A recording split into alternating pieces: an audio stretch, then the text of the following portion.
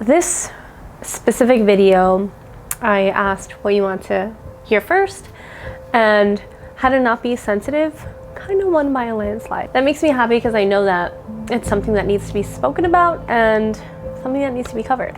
I used to be so sensitive. I am an Enneagram 9. I'm sure I was my whole entire life. I always felt really hard. I was the youngest of my siblings, and we grew up with our cousins in the same brownstone in Brooklyn, and I was the youngest of everyone there. And then we had a bunch of friends next door, and I was still the baby. I was the youngest. So I kind of got picked on a little bit, I would say. And I felt everything way more than everything else because I kind of felt helpless. They would like pick on me and then like, oh no, Amanda's crying again. You know, like I was so sensitive. And then something changed, something shifted. I was kind of like this, even into my adult life. I wouldn't like cry over everything, but I would just like get my feelings hurt, you know, because I'm a sensitive creature, but not anymore. And what had happened that changed the course of my life was something that I hope never happens to anyone, but it was definitely important in who I am right now. My mother, she's my best friend. I love her. She actually bought me this top. She's amazing. A couple of years ago, I would say 8-9 years ago, my mother, who was a nurse, she started having seizures, myoclonic seizures. And she did all this testing to figure out what it was, and I didn't know, but something that did come back was that she had brain lesions, and we just didn't know what the future was going to hold with that. It broke my heart to see her in pain, and it broke my heart to even think of a world that she wasn't in. When that happened, I realized I don't care about anyone else. And I just knew that like my mother is my number one. She's always been so good to me my entire life, and she's someone whose opinion matters really a lot to me. And then I realized that there are some other people in my life whose opinions also matter. Everyone else kind of didn't exist in my mind anymore. You know, I had this one focus, and that was the well-being of my mother. So then when I heard something hurtful, I kind of didn't care. And I took on this mentality of, well, you're not my mom, so I don't really care about that. And it kind of got to the point where I said to myself, like, man, like I could be walking down the street and someone could be like, you're ugly, you're this, and I'd be like, yeah, it doesn't really matter to me. Now, years ago, I would have been heartbroken about that. So what I decided to do, and I had written a blog on this, was how to not be so sensitive. And my one piece of advice was take a Post-it or a piece of paper and write down a list of people whose opinions actually matter to you. This doesn't have to be a long list. So my mother was number one on that list. My best friend is on that list. My husband is now on that list. But that list can change. So not everyone deserves your energy, and not everyone deserves to be able to make or break your day. I mean, I'm sure a lot of people will think they're on my list. They're not, because that means that they've hurt me in the past. And you just have to decide. You know, we make so many decisions throughout our day. One of them has to be who makes your day and who breaks your day. I can confidently say that anyone who's on that list hasn't broken my day. You know, they haven't hurt me in any way. They're not coming from a malicious place. So my first tip is write a list of the people whose opinions actually matter to you, who should matter to you. Again, this list can change. Be very stingy with this list. It should be short, okay? And of course, your name should be on there as well.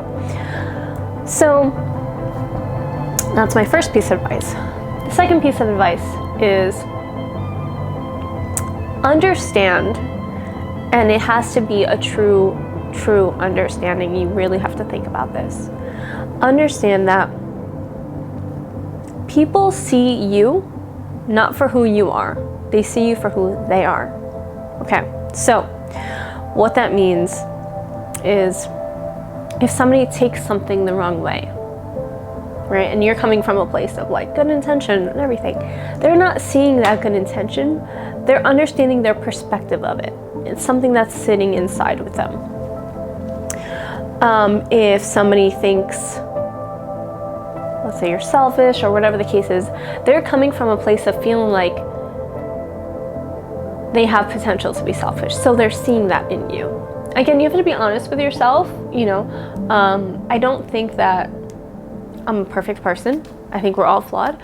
But I think that if we're willing to do the work, we can really be living a pretty whole life. So understand that people are seeing you for how they are. The other thing, number 3, when people attack you, they're typically attacking your strengths and not your weaknesses.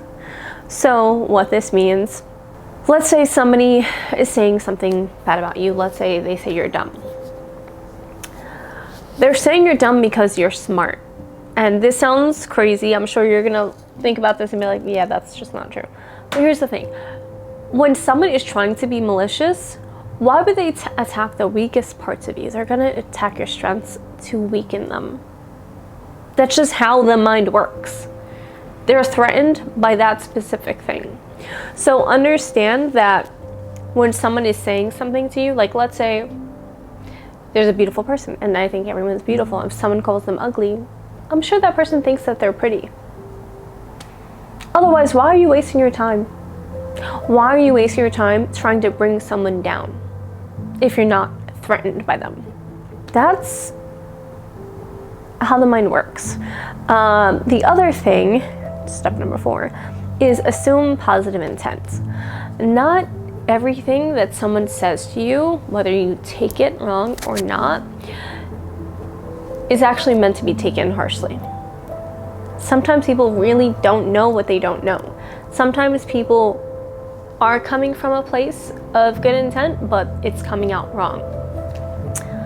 I can't tell you how many times I've walked into a photo session where, I've been contracted out by a magazine, and I get there and someone will say, oh, it's just you? Okay, I guess you're good enough.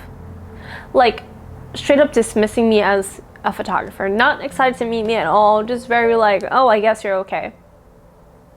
I could be hurt about this, but I'm like, you know what? Yeah, I'm the best.